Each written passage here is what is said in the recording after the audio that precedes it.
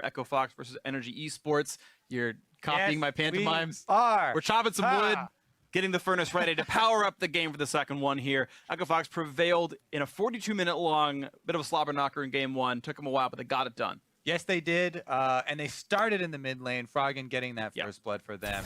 It was a kind of a close game, I guess, if you measure how quickly the advantages were earned. But if you look at overall the game, Echo Fox, they had 65% of the buffs in the game and 100% of the dragons. So they took all of the drakes plus the Elder Dragon in the end. And there was really only that sort of mid-game play where NRG did get a pick and then went to Baron and all died for getting that Baron. So in game 2, Echo Fox are going to choose blue side this time around to try and get that first pick. Maybe for Froggen, probably for Froggen. And another priority mid lane pick potentially. Last time too. Yeah, absolutely. So before we get ourselves into Champion Select, Echo Fox knows what it's going to take to win.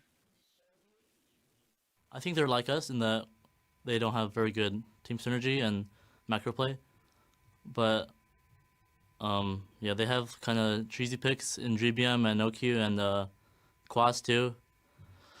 But I think the strongest point is just Santorin, and everyone else is like very inconsistent. So I think we just have to be more consistent than them, and that's how we'll win. If we do check back in on the two players that we were watching, the two roles that we were watching, you know, that jungle and the mid lane, Froggen did outperform GBM as expected.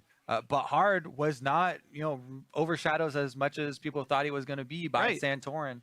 Santorin with the Nidalee did get off the early gank, you know, burned a couple summoners in the mid lane. But Hard got first blood. Exactly. That doesn't count. Yeah, it doesn't. What counts is Froggen set up that first blood for himself, layering the CC, and Hard got in there to help him out. So he was playing the role that the team needed. And it did really well for them. So you mentioned Echo Fox choosing blue side for game 2. I want to... It's happened for the entire promo tournament, but to kind of illustrate how side choice works right now in Professional League of Legends, basically the higher seed team still has choice in games 1, 3, and 5, and the lower seed team has choices in games 2 and 4, but now you're choosing after the first game. So NRG came in choosing red side for game 1, saying this is the side we want to start the series out, and then after game 1 ended, Echo Fox got to say, okay, well, yeah, we want blue side. So they're not switching sides. People often, like, I get questions very often on Twitter when the teams never change sides. It's like, yeah, well, one team chose side A, the other team chose side B, so they just kept doing the same thing. I like it better this way too, because we used to have it where you chose declare all of the sides before we even get there, and that doesn't allow for as much adaptation, doesn't allow for, you know, changes in your strategy as the series does develop. But this is a much better, more adaptation. Here we go. Let's see how it does develop, because Echo Fox very happy to start it off with a win, and NRG, this will probably spur them on to be a little bit more risky with their play. They definitely can be. They saw that they weren't able to be punished all that often. We also know that NRG saw that Malzahar was the first pick and that their intended counterpick of Ziggs did not work very well for them. Honestly, that Zig could have been any other champion in that game. There's not really a single thing that he did that was... Oh, wow. Wouldn't be... that would call for another pick of it. Is this the Gnar first pick now that Gangplank's off the table? I'm trying to think about the solutions that, you know, Echo Fox wants to bring in here, because they were happy to first pick Malzahar before. And looking at, you know, the bans from the previous time as well. Gangplank like, is the one that's changed. So. Right, Vlad's still gone. The Xerath, I guess, is now on the table. Soraka's still the ban as well. So Anivia left up for Froggen. Of course, he doesn't have to play Malzahar or anything now, or he gets to play the Anivia whenever he wants it. And again, with the Gangplank ban coming through, I want to see if that is actually going to be Gnar for Echo Fox. Does he feel confident blind picking it? Quas previously, when given that option, playing into Gnar, chose the Jax versus Cloud9, and they were not victorious in that game.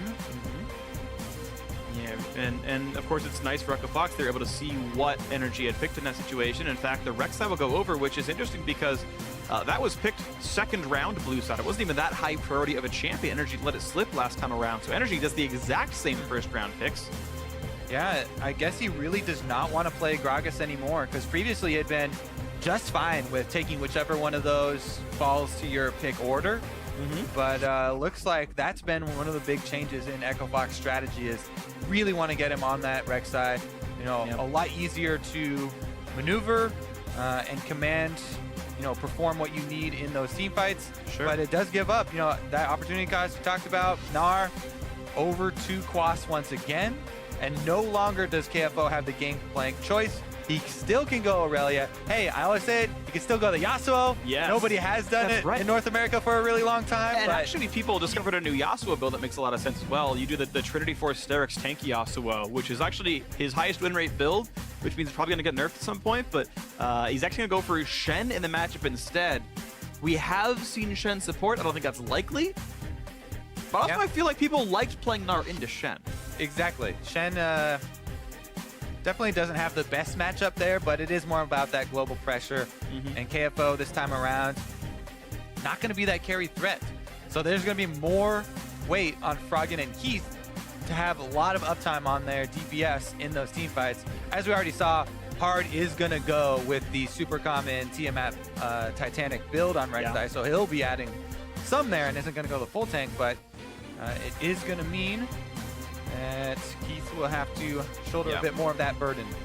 And there was something to be said about sort of understanding the best champions for your play style. Generally speaking, any given player has a play style they're most comfortable with, they're just better at. And if Hard is not a often ganking type of player, you just give him a Titanic Hydra heavy farm jungle like Rek'Sai, and his play style that he's naturally going towards works better with this kind of champion compared to a Gragas, where like hard farming a Gragas doesn't mean that much for you, but hard farming a Rek'Sai, you can maybe 1v5 some team fights.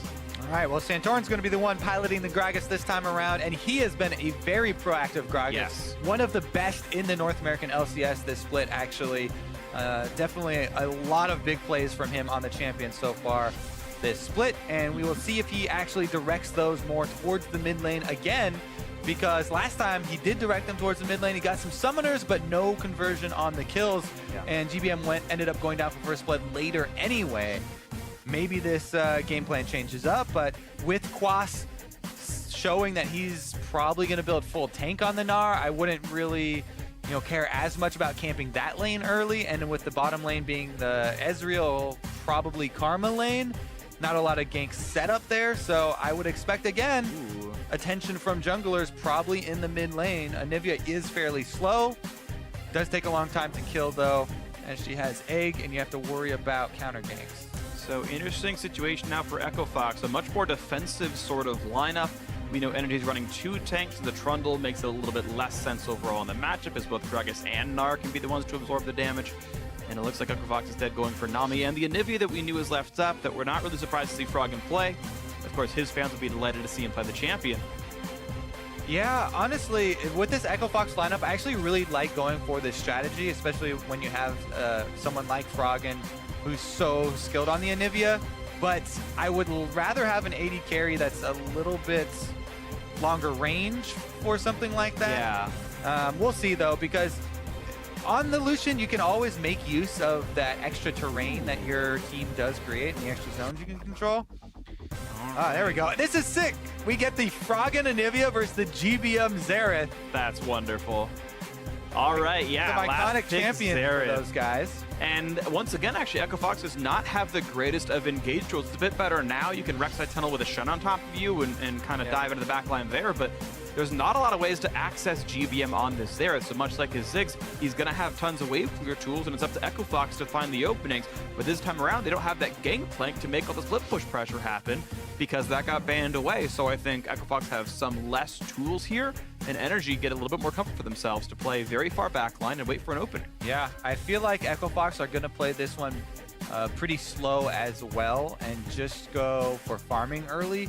They don't have a whole lot of opportunity here. I mean, GBM on the Xerath, yeah, that is a pretty good target usually, but as always, he's running those double utility summoners, or the double movement summoners. Right. And makes it a bit more difficult. It does, and conversely, of course, you've got a Gnar and a Gragas both great at getting into the back line and messing with somebody, and Froggen's got to be really respectful of what may happen to him when Santorin comes flashing in from the Raptor pit, explosive cast into the team, and now he's just, an egg getting scrambled, essentially, and that can be very threatening here. So We'll see if it changes much. Of course, Echo Fox did take game 1 in a 40-something minute victory, but a slow and controlled one the whole time. NRG now with some more champions. They are known for some more playmaking on the roster. We'll see if they can pull this one back. Best of 5 LCS spot on the line. Here we go with game 2.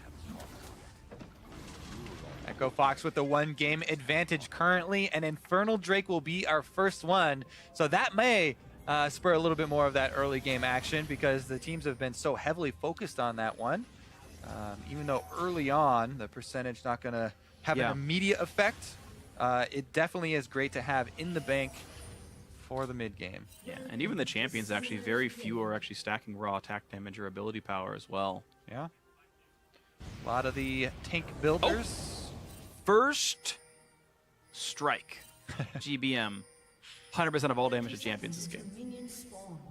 Broken.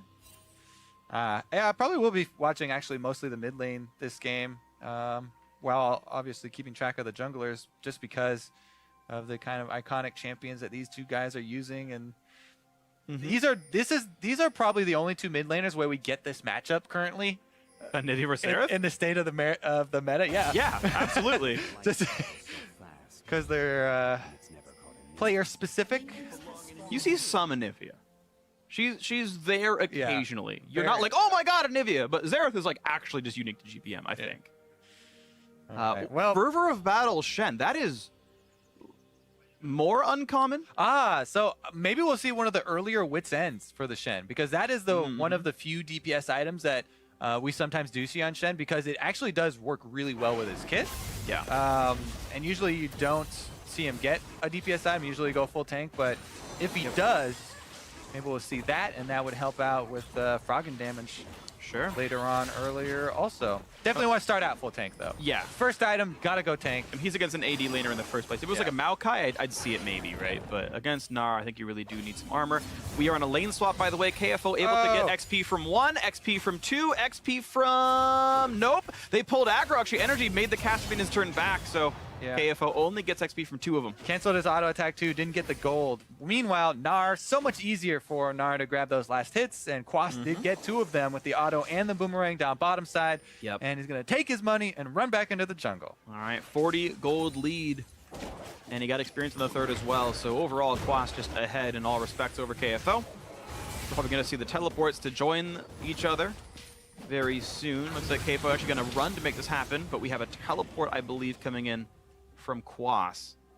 Yeah, and both of them. KFO will teleport. Yeah, teleport on the minion, help with your push. Yep. And it feels like, you know, all the practice that everyone's done. This Fox push, they gave up a bunch of their minions early. They're really not having a good time with their bottom lane push. I think they push a little bit too... I think it'll even out, but as of right now, NRG have a huge lead on killing the turret. Yeah, so they're going to be up, what, maybe 20 to 30 seconds, and we'll see if those 30 seconds turn into something. And they usually do matter for the team starting on the top side with their duel, because that 30 seconds or whatever can transfer down if you actually opt into the second turret trade as well. So I think in this situation, Fox should probably opt not to go for the second turret trade, because an extra 30 seconds like that would mean the first Drake given away. Looks like it equalizes, actually, as NRG weren't able to knock the turret down on the prior wave, so instead it's going to be almost identical. And they're just going to try to thin out their own team's minion waves. Yeah, that turret goes down, but it's basically one auto attack away on the other side. So tempo regained. And it's going to go down as that wave thins out. Oh yeah, Anivia's DSing, baby. All right, so now we'll see what the choices are. NRG actually going to swap their duo lane down. So instead of rematching their opponents in this one, they are actually doing the second swap. Looks like Echo Fox in the same play here. So again, similar tempo and making the same choices. We should see a second turret trade in the next minute and a half. Actually, there's an opportunity. Nah, okay. That would be too risky. Okay. Anyways, we'll just continue to see more farming in the mid lane. The early back for the tier there for Anivia. Probably going to start stacking that up. Very important for her, because she burns through mana so quickly. Yeah. It looks like part of what the tempo loss was oftentimes when you're playing Ezreal in a lane swap, you just get the cull on the first recall off the turret going down. It seems like NRG waited long enough they could get tier on Ezreal. That actually requires conscious effort to get that much gold onto the Ezreal. You don't normally get 700 on your first recall, so that was part of why that took so long is they just needed the gold income to get OQ stacking earlier. And that's the kind of situation we're in right here. Top lane turret taking a lot of damage, of course. OQ going to stack his tier and push down towards bot, as the respective top lane, side lane solo laners will be joining their duos to knock those outer turrets down. All right, well, in this case, I actually also value the Infernal Drake more than the Rift Herald, because your Shen is going to have, well, I guess damage reduction is pretty good in that 1 versus 1 too. Meh, I like them both. Okay. That's fine. Change my mind. It's fine. We do that all the time. By the way, We'll see if they opt into the trade, though. the Kung Fu movie was Hero with Jet Li. I was not crazy. Sherlock Holmes also had that, but I'm pretty sure it was inspired by Hero, so first dibs, go to Jet Li. Need some context for people who didn't see the game #1. Yeah. Are we just talking random Jet Li movies? Yeah. Is he picking up motorcycles and throwing them at people's heads? That could also be fun. Maybe some Gragas in there, but yeah. Oh, well, you don't get context. Watch game 1 if you want to know what happened. Upping VOD viewership. Nice. Yeah. You even know who won. It's up on the scoreboard. Spoilers built in. Unlucky. All right, well, looks like we're just going to continue to have mirrored farming as well. Swap back here for the Ezreal as OQ still stacking up that tier and working on cashing in on the Cole. Now, that's wise, as Lucian right now definitely has a lot more combat power, combat effectiveness purchased at the moment. We'll see if Echo Fox can actually, maneuver Keith. Uh-oh, Santorin sees big red explosive cask into the combo, into the snipe, into the first blood.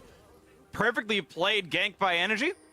600 gold to them. I mean, big risky. walked in, but the mechanical play was good. Yeah, that is risky from Big to face check into the river by yourself like that.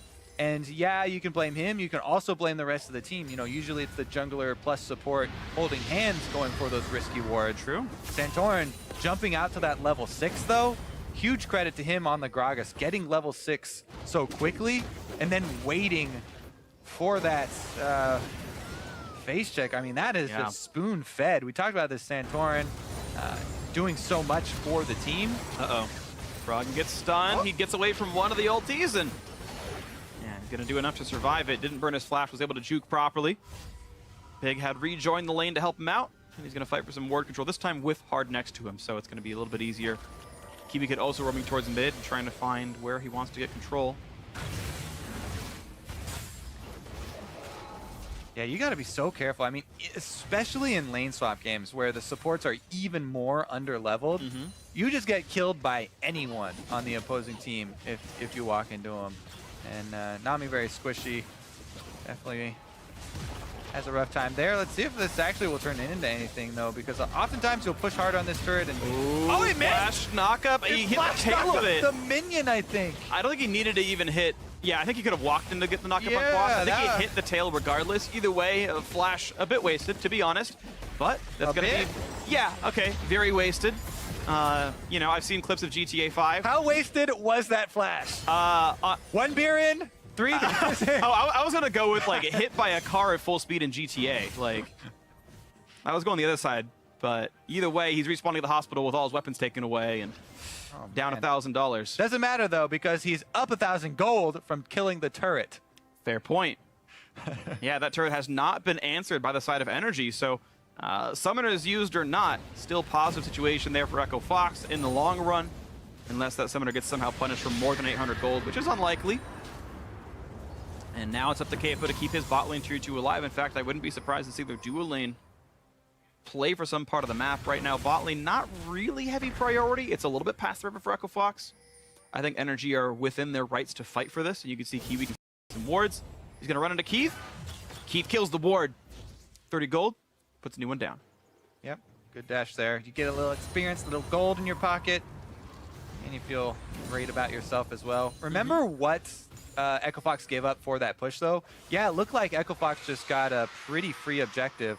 A little bit of a CS discrepancy evolving here between OQ and Keith. Hard's back out down to the Drake, and Keith actually gonna get a lot of that CS back here as the big minion wave down bottom is gonna help out.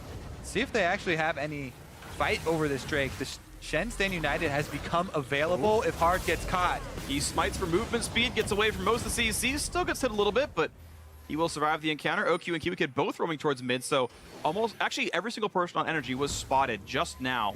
Santorin fighting hard for control. Actually, Explosive casts him back in, and Hard has to get away through his own jungle. Dodges True Shot Barrage Stain, and it helps make sure he's going to live, and KFO says, all right, there's the shield. I'm going to walk back to top lane. Santorin is definitely making his presence felt this game. Started off a little slow last game. Didn't really have too big of an influence, but now GBM had to flash and Ghost. He thought Ghost would be enough. It wasn't. And that's 2 summoners down. And it is a one-on-one. Well played by Froggen. Known for Zanivia for years at this point, and showing the mastery there, getting the sums out of his opponent. Yeah, I mean, even with that first blood going over to GBM, really, here we go. They had the choice of going mid because of forcing GBM back. Is available, but GBM, being forced back means Froggen once again earns his team the first Drake. Yep. From the one-on-one heads-up play, forcing his opponent out of lane, Froggen earned this one. It won't show on the scoreboard. It'll only show on total damage to champions, but that was because of Froggen and a good call to say, we've got map control, go do this. Well played Echo Fox, and though they are down a kill, are pretty close in this game, down 400 gold, up that Infernal Drake. Yeah. And that will pay itself off later. The CS for the AD carry, as well as the first blood bonus and jungle farm, are really where NRG have their advantages at the moment. Meanwhile, Echo Fox continued focus on Drakes. Yeah. And in fact, there's an unmirrored cull as well in the AD carries. OQ, after getting his tier, picked one up, and Keith has not done that.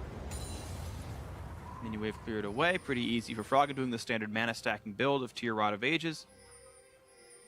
And now the only objective left to play for that's not a turret is Rift Herald up top, which last game Echo Fox did get onto KFO's Gangplank. With that being banned, he's now playing Shen. Quas have been freezing top lane for a while, by the way. The whole time KFO's running around and fighting everything else, but here comes a flash onto Froggen. A nice bubble on a Kiwi Kid, though. And Karma, well, everyone caught up to her instead. A nice pickup right there. Big making a great play. Froggen out of summoners, but a kill. How good was that? Echo Fox using Froggen as bait, knowing that they're going to focus on him over and over in the mid lane. Everybody sitting there in the side bush of the river. Froggen baiting it with both summoners, and they get the counter kill onto Kiwi Kid. They did use a lot, though. I mean, KFO used teleport to get right back there, and they're still farming all 3 lanes right now, but a lot was used to get that kill. And think about how hard it's going to be next time. Stand United is up in about 20 seconds right now, so the slow-paced, pick-off one-person game plan, Shen is very good against that style. Ooh, a stun. Damage on a Santorin. 1/3 health from Agragas. Done for a good chunk. Every time you force someone off of the map, you gain a little bit of extra vision. Echo Fox with control of all the minion waves at the moment as well. They've been able to stabilize after Energy jumped out to a little bit of a lead in the early game.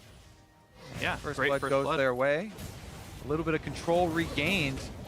And it just goes back to that same story we've had all summer of Echo Fox. And people, every once in a while, they feel like they've gotten to the point where they don't have to ban Anivia versus Froggen again. And then he plays Anivia. Yeah, and then, oh, wow, I guess that shouldn't have happened because we could probably prevent that next time, right? Some little play that he does, but this pressure that he has in the mid lane. Yeah. I guess he had it last game as well anyway with the Malzahar, but sure. Keith is going super aggressive. On to OQ, Forceman Arcane gets away, but here comes Santorin. His presence are known, and he's going to be gone. OQ gets the kill with a True Shot Barrage. That's going to be Keith getting coal for Christmas. You were able to bide your time, Freak. Yep. I like it. Yep. You waited. I was waiting. For 10 minutes after I said the last one. Yep. A little inkling in your eye. It was actually better in my mind. I actually missed part of it, but it was good enough. That's fine. Brings it full circle there, and Energy do make a counter kill. Keith went super aggressive there, and the reactive play does earn Energy the kill, but pressure on mid lane. GBM comes in to clear at the mid wave. Bottom lane pushed all the way up to the inhibitor turret here for Energy, and Echo Fox, while they've been able to even up the gold, it was... Okay, let's take another look at this. I mean, Keith just straight headlong into the rest of the team. Santorin, another good punish.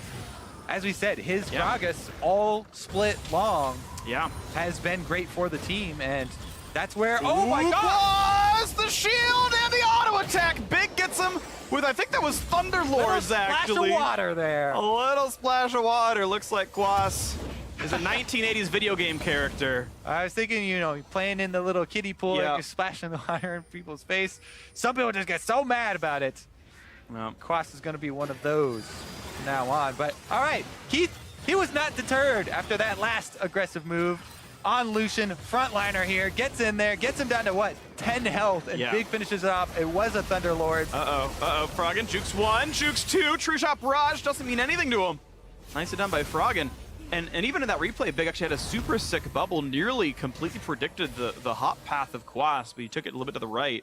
Honestly, Big is playing mechanically very well on this Nami. And we'll see if we can get more out of him. Has not cast his head away yet this game. All right, well, let's see what NRG can do, because they Frog! have, Oh, we missed the stun on Kiwi Kid, actually. that would have been a Slightly kill misjudged it. too. Yeah. If that lands, Kiwi Kid is dead. Meanwhile, no Froggen to clear the min wave, and NRG get a lot of damage on that turret. Keep your eyes on OQ though. His Cole is about to pop. He's about to come into his own as the blue build Ezreal, and Yep. he does have pretty sizable CS lead that he's nurturing here over Keith. Absolutely. And this could be a good thing for the NRG eSports squad then if OQ can come online. He was definitely very hyped coming into the split. Has had kind of a middling performance, honestly. Been one of the worst performers, but every once in a while you get that, the OQ you saw in the spring split this year or even last year, and when he plays like that, he's one of the very biggest threats on this team. We'll see if it comes out for him again in this one. NRG could definitely use some help. They are slightly down in this match. Yeah, I mean, spawning in 6. they're down in this series, one game, and that's gonna kind of hold over their heads. But this game is pretty much dead even, and they have the ability to take back a gold lead because Echo Fox with the one extra turret. Yeah, NRG, they take down the last outer, and now they're able to get that 200 gold lead. Yep. Morale boost. It's going to jump 350. There's 2 stacks left on OQ's Cull. Cloud Drake up as well. We'll see if the teams can reset in time. Frog getting poked out by GBM. Mid lane cleared first by NRG. Honestly, this is going to be all determined by the extra vision around the next Drake and who gets the initiation, because Santorin has been catching Echo Fox off guard all game long. Yeah. Whether it's Big or Keith or someone, you know, he's punishing, it has come from Santorin's initiation. And Echo Fox, all of their advantages really are earned by the mid lane. Yep. That's been their plan style for pretty much the entire split right here. If we look at this game, you mentioned the next Drake could be played primarily from vision control. And NRG had actually held that control for a while. Keith just now got a trinket ward over into the Drake pit to know it's not being taken. Really, Echo Fox is not able to get in for any meaningful vision control there. It looks like they want to make a flash play with Shen onto GBM here. Froggen runs fast, does not get the wall down in time to cut off GBM's retreat path. It does give him priority on mid, but they're actually going to head topside. It's going to be actually them running after the Rift Herald, maybe as a trade against Cloud Drake, or to make them look like they're going for a Rift Herald and instead hoping for a bait. Yeah. So before we're like, okay, so Shen, yeah, the damage reduction will be good for him in the split push, and it will help him retain that extra pressure in the side lane if Echo Fox want to have this 1-4 with the Anivia Froggen pressuring in mid lane and Shen splitting on the sides. Yeah. Well, Echo Fox paid for that Rift Herald with loss of priority in bot lane. Kiwi Kid gets some wards around. There's a lot of vision now in the side of the jungle, and Oki's going to get several hundred damage in this turret as well, as Echo Fox used their members to make sure mid didn't roam to them. Yeah, I mean, they're kind of positioning like they want to collapse, but I would not recommend it because Froggen's getting the blue buff right now, and Anivia is so much a part of this. Yeah. Such a big part of this team. He really is core to this rest of the composition right now, allowing even Keith to open up and deal damage because of the amount of zone control that Anivia does provide in those team fights. And so they don't collapse on him, but they do ensure that NRG actually chased off of the Dragon rather than I feel like that should have been trading free. that Drake. They went and pushed the bottom instead of trading for Drake. That should have been so free, though. You had all this time in the world to ward up the jungle, to make sure you got ward control of the Cloud Drake. You had Keith and Big just showing in the bot lane, killing minions. Froggen's grabbing a blue buff. Quas is priority on top, and then nothing happens. NRG just lets, all right, great, reset the map. Nice Rift Herald, bro. And just the map's back to equal. Maybe they make amends here as they look for another fight, and Santorin will be the one to start things off. Deep vision down.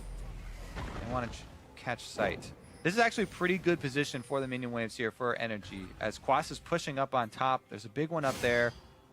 Only problem is he's just timing out of Mega Gnar, so he won't be able to transform for a while, and he's going to have to wait that one off. All right, here comes the attempted Cloud Drake. That took a while for it. The problem is, though, Hart had taken, actually, the Rift Scuttle, but no one's around to defend this, so delayed, but NRG still does grab the Cloud Drake for themselves. Well played, and that is theirs. Santorin, or Hard went over to go steal the red instead. Was looking also maybe for a wraparound gank there on Quas, but not able to find it, as Quas backing off after Mega expires. This mid lane turret is about ready to fall over. Ooh, he actually got the stun on the GBM. And again, the wall not quite there in time. GBM's Ghost helping make sure he's able to run away. Wave clears mid, but that turret is nearly dead, actually. Froggen has warned that structure down. Oh, this is very early to actually do a Baron. That must be a ping for a Baron bait rather than starting one off at the moment. You might expect it. Of course, Cloud Drake for NRG means they get to say, oh crap, and rotate around a little bit quicker. Of course, Echo Fox have the combat power of the Infernal. We'll see what happens here. Gold is identical. Champion kills, turret kills, number of Drakes taken, all of them the same number right now.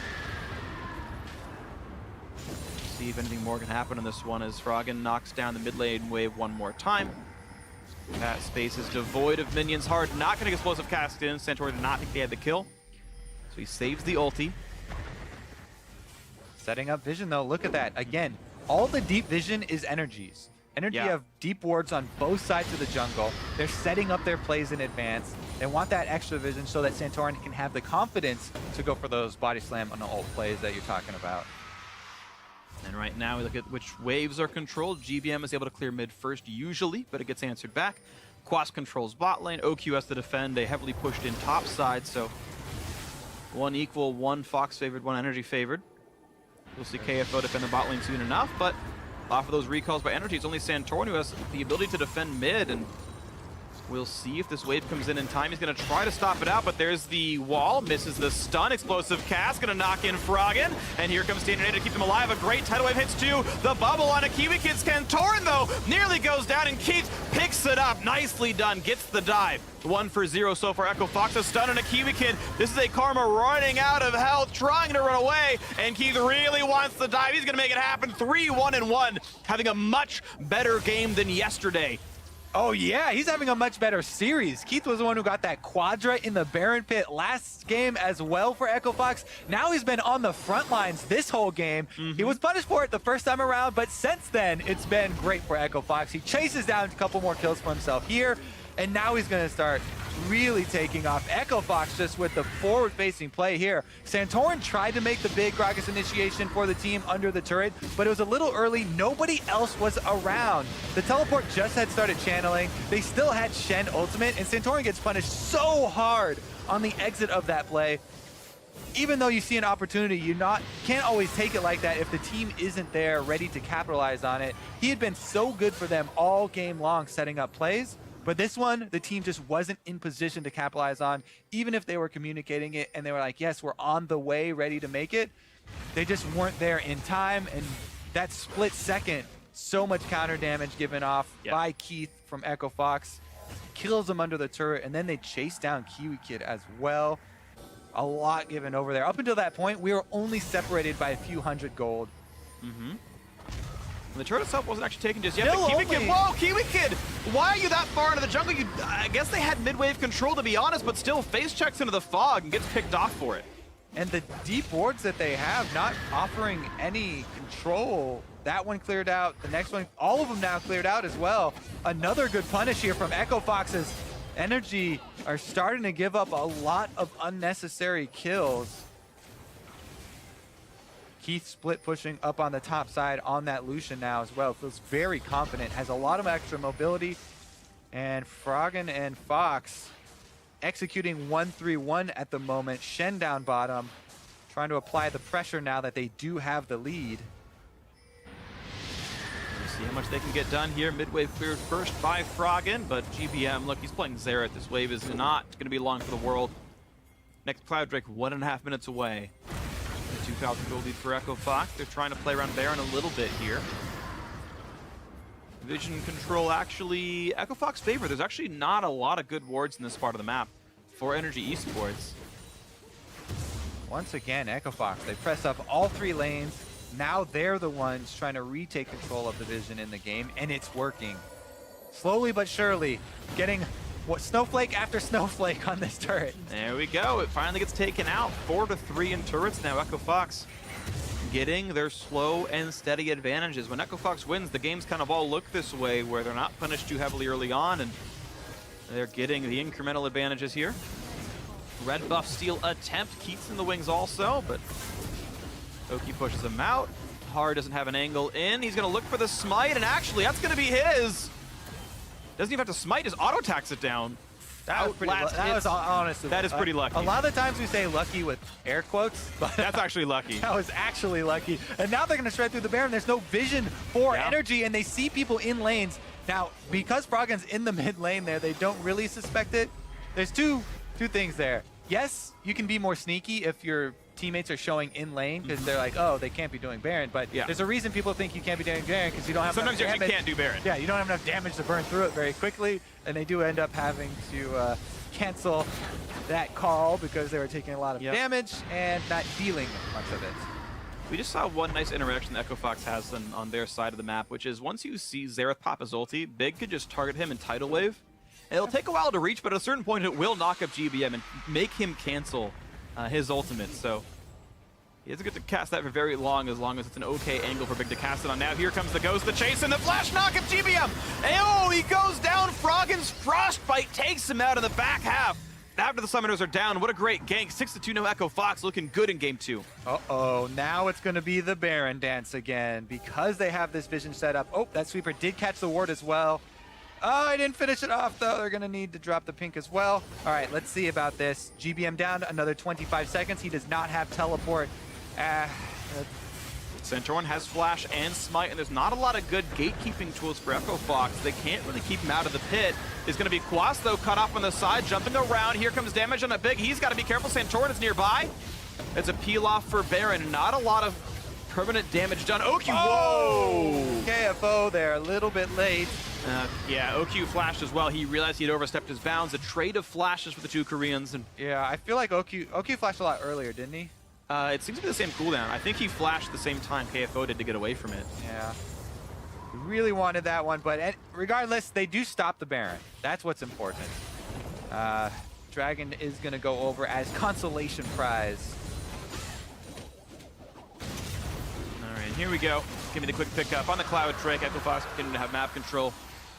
NRG had picked up that one earlier, but now Echo Fox can match their out-of-combat movement speed, and the Infernal Drake they got earlier continuing to pay better and better as the game goes on. More stats, more happiness for the Echo Fox members. And that's been their story. Yep. Slowly but surely. Now there's a big minion wave as well for KFO to stack up on down bottom. He's just going to hold that while the rest of the team effortlessly clears away these minions. And they slowly increase their gold lead. Santorin able to take the Rift Herald, and we've got Ride of the Arcane going in towards Froggen, but looks like, yep, Tidal Wave stops it out. Big help with that. And they've not taken all that much damage. Void Staff now done on the Denivia means a lot of damage. Can definitely cut through Santorin or anyone else who gets in his way. Froggen is online for sure. Saris and Roa fully stacked. Actual ability power for Froggen, 431. He's a 132 AP above GBM. Ooh. Everybody's trying to make these mid lane picks, hiding in the shadows. Froggen does have his flash available now as well. GBM is still the prime target. Remember that gank where Echo Fox just pulled it off last time? GBM has to play so safe without his flash. Yep. Because Hard is going to go straight for him once again. He's the primary target. I mean, Ezreal's the AD carry. But he's slippery. Exactly. Ezreal's the AD carry is the reason you got to go for oh, I see. The AD flip. carry is Ezreal, thus you can't go for the AD carry. Yeah, got to go for that Xerath. Well, you can. It's just a lot more difficult. Yeah. You are unlikely to succeed going for the AD carry. Well, pink ward control once again in for Echo Fox. The Rift Scuttle is going to despawn soon, and that'll give the vision control away. We'll see if anything more can go for the blue team. Looking once again for the Baron bait. Ooh, the cube actually missed from Kiwi Kid, so that actually could have been a successful bait. It didn't quite happen, though, on this one.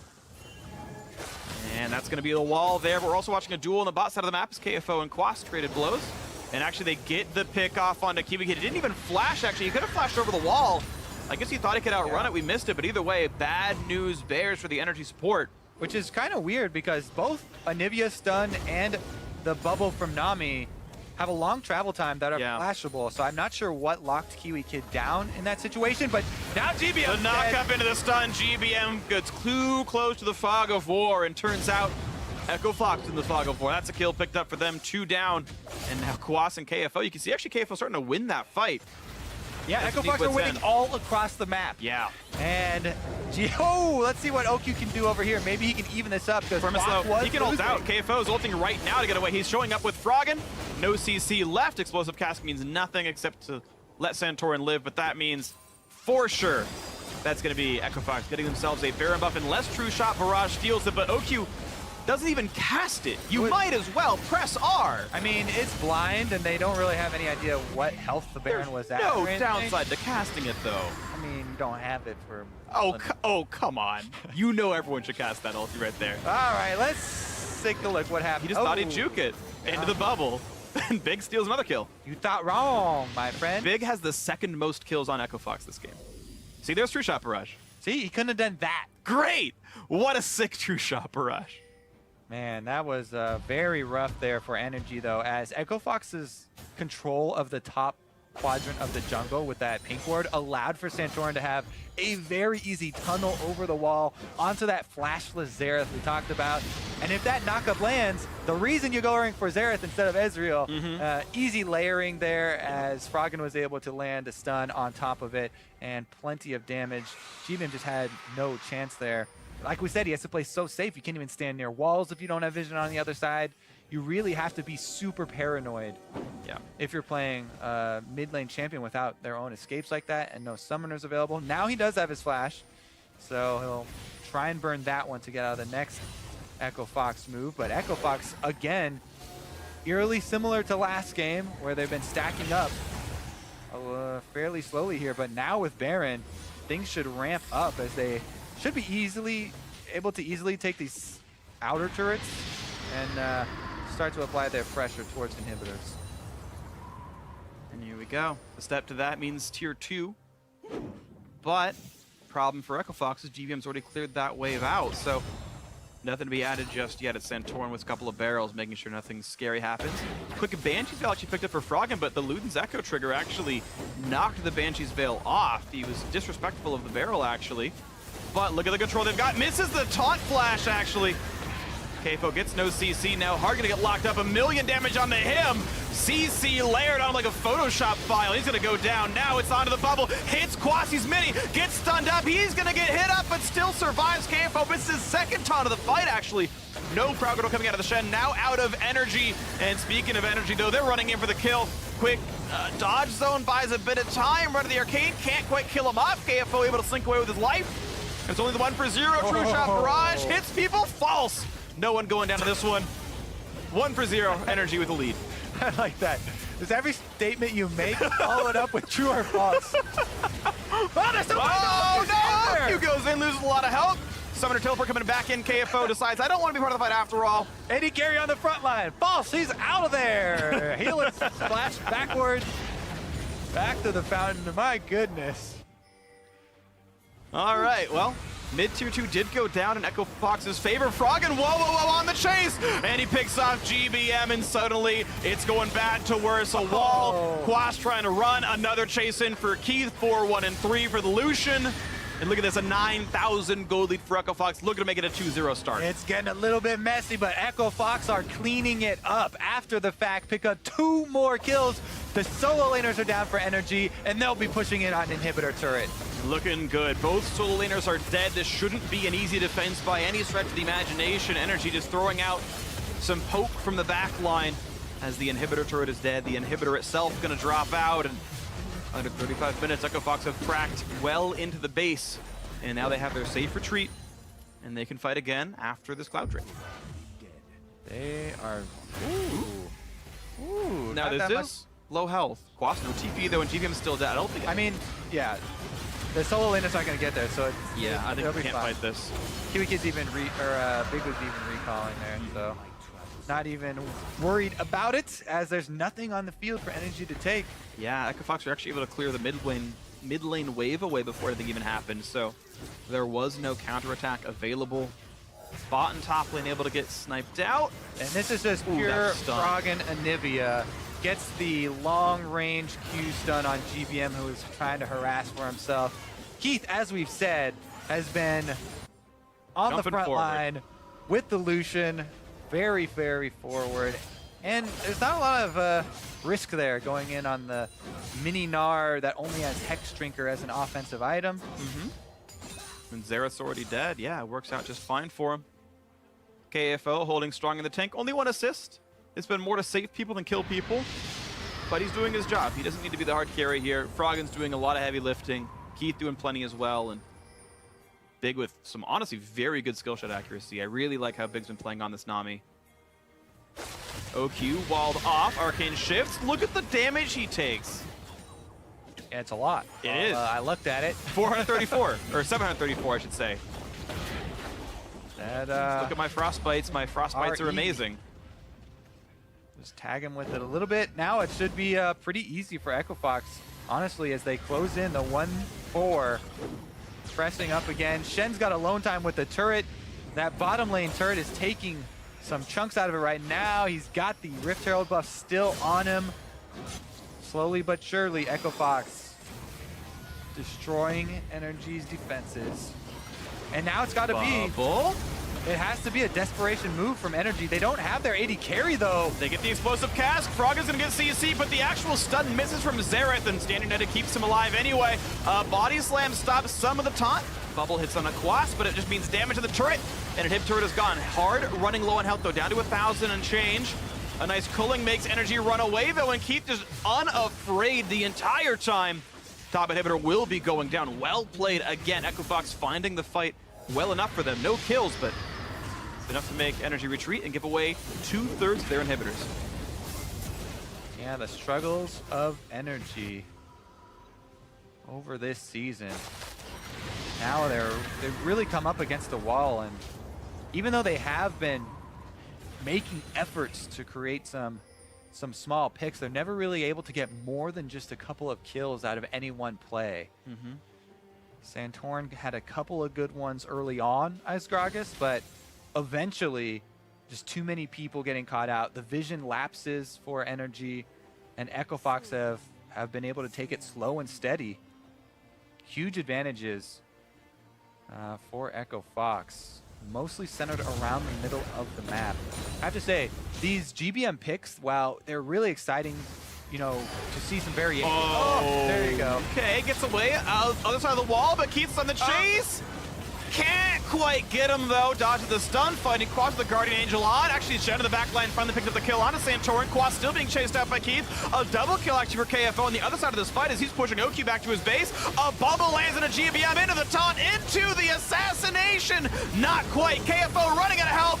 He dodges away, and he's gonna survive. Yes, Kobe, the death was false. He stayed alive. Now it's time for Rite of the Arcane, and KFO, he's gonna get away from it just barely. On to the Nexus turrets, only 2 alive for NRG. And Echo Fox gonna make this series a 2-0 start. Truly the opening they wanted here, hoping to make it back into the LCS. As the Nexus falls, one more game will put Echo Fox in the 2017 Spring Split LCS. They are definitely making a good case for it here. Starting off 2-0, they can almost touch it. And NRG, they really need to fix something here. These these GBM picks, while, yeah, it's cool to see Ziggs and Xerath played, they're not having an impact in the game. Yeah. They're not really doing much at all. They're slowly losing. Exactly. We're not seeing any forward motion from this squad. Even though you got this early first blood, Santorin right at level 6 picks off big, gets the kill over the assist with GBM. We don't see anything happen. They're just sitting there, wave clearing back and forth. And guess what? This is Echo Fox's game. They love wave clearing back and forth and waiting for 30 minutes. Exactly. The criticisms for this series for NRG are some of the similar ones we previously had for Echo Fox. You know, the lack of proactive plays, the lack of, setting up the plays with these, deep incursions for vision. Yeah. But NRG, definitely have to refocus here. Down 0-2 means this is make or break. So NRG had 4-0 Echo Fox from the regular season, now 0-2 in the series. We're going to send it back to Azael and co. Let's talk about that victory. Thank you very much, Freak. And yeah, what is going on here for Echo Fox? There was the 4-0 from NRG during the season, and now these guys have just kind of found carry from different positions, and it seems almost easy for them. Don't report. They're playing great. Yeah. I mean, what else to say? They're looking a lot better, I think. Across the board, they're playing a lot better. Even big, on Nami, Freak was calling it out. He was actually hitting a lot of his bubbles and stuff. He was playing quite well for himself. So I think they're getting a lot of contributions from their big players, from Froggen, from Keith, and KFO has been doing well, but getting the extra contribution from some of their guys who have been, lacking a little bit more is really what's putting them over the edge and making them look pretty dominant. Over the edge, dominant, and replays just like this. We'll start right at the end of the game where it was, again, Echo Fox bearing down on NRG and running straight to the base. Yeah, and this was a fight that was started by Froggen once again finding a pick, and they're able to follow it up and take down Santorin, and now they are all just piling in.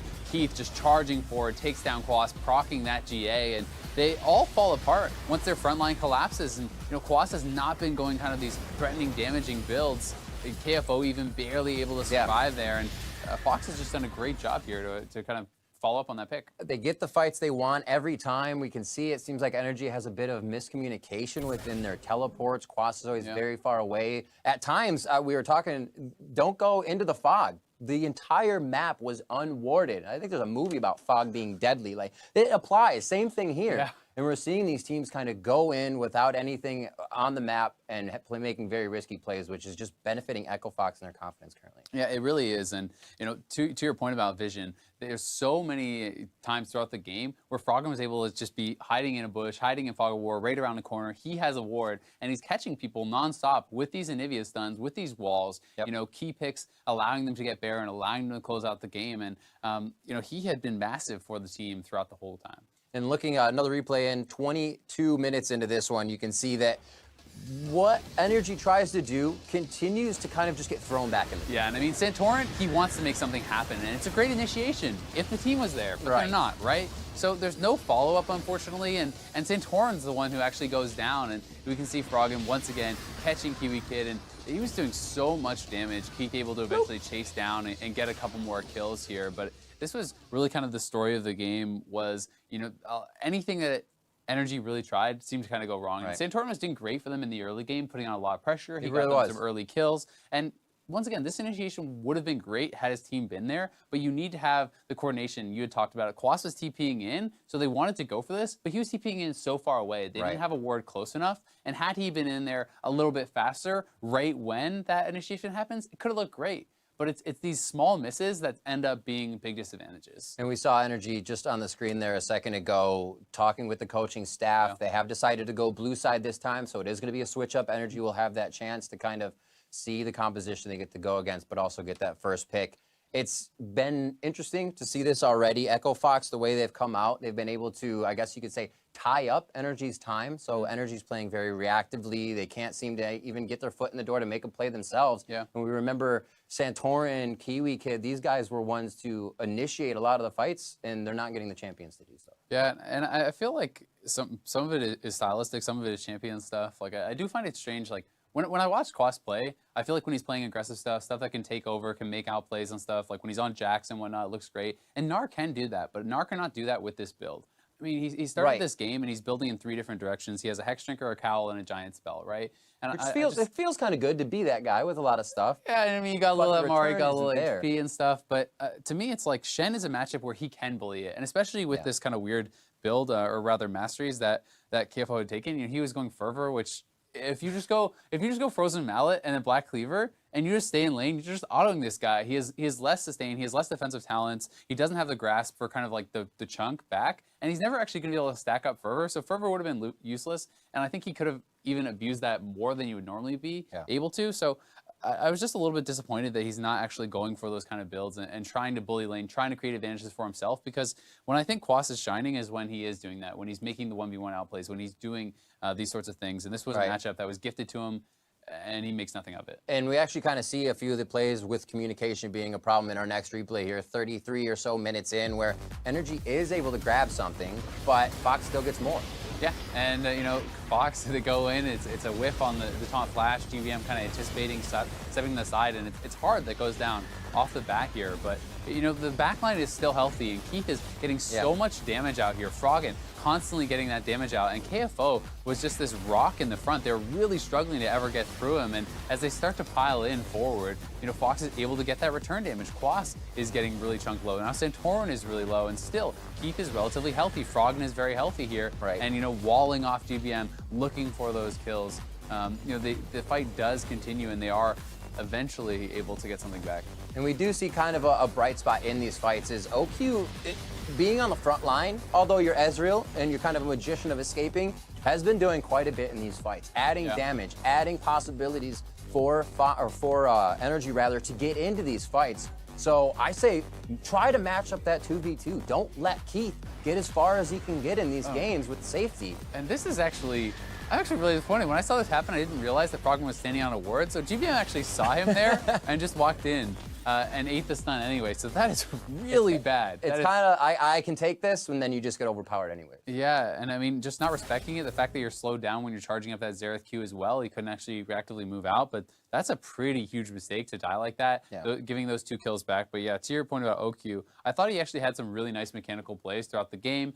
He was reactively flashing taunt flashes, which is, if you flash and taunt, the best players can kind of react, but it's supposed to be, if you taunt flash, there's supposed to be no reaction time, right? And he was still able to do that. He was playing very aggressively, and he wasn't dying, which is key, right? He was able to try to make these plays. Obviously, it didn't really work out for his team, but this has been kind of a worrying theme for GBM is in a lot of the games, he's getting caught out. He's putting himself in bad positions. You know, in their series yesterday, there were some key fights where even in games where they're winning, he's on Victor, he's walking through a Rek'Sai, through a Twitch, you know, things like that, and he's sometimes just tunnel visioning a little bit too much on what he thinks is going to happen. It's like he has it visualized in his head. This is how the fight's going to go. But it doesn't work out that way, and he ends up dying. I actually feel like that's something that plagues both of these teams from time to time, and Echo Fox is actually able to put that on the back burner today, and now we're seeing 2-0. NRG has their backs up against the wall. We're going to go ahead and take a quick program break, but stick with us. When we return, Echo Fox completes the sweep, or NRG pushes the series forward. You won't want to miss it.